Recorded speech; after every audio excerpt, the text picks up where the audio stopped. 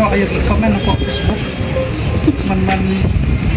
pau ka jing sausi ni daw na kanya nga man ko apun cheese pa ba wa hajing ito wa kani lottery yung siyong nga mem jing ito ayi wo scam na ni yi so pa ba hanrai na ong no ni ya ikblay ya kiyong wa di yi go yo ya kibru ki wa laptop ya to tiket yung ka chanya aya kiyong wa kamun le ro ya ni tiket lo pido yung ka nang wa pa ba yo ya kiyong sket yo padba ya kajing chania abyang kamajo ya kachiyong chania ya kajing start yung kachiyong o pala ya kani tiket yung ka dai o pangkle dai hok kana o padba yo hok ba to price ta hajing ito ang wagi wa comment apo Facebook emi comment ni bosnya wa the relates ko nga kan wakam te nga debu ya kani ka FIR ha ka santri Oktober arjar aposo wa iwi non hi jingot wa na kwa o ga message di padba o comment pi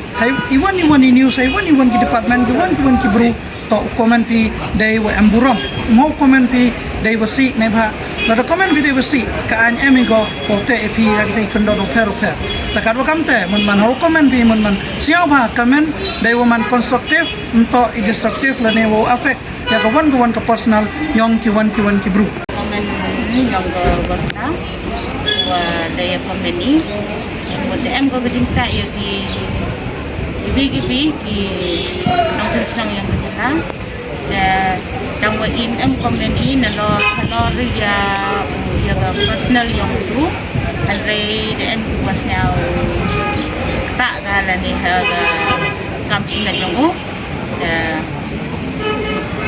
ngan yang na ong mo in em di mo si dan yo now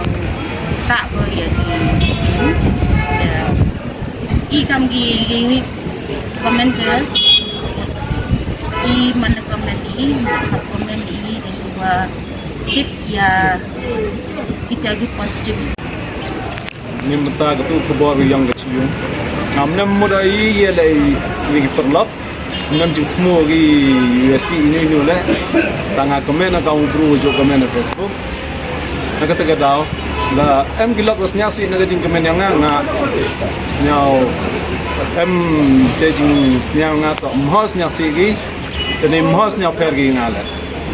gilak da wat pachegi wat to wa mem to comments ki nga tanga la da priang agane wa da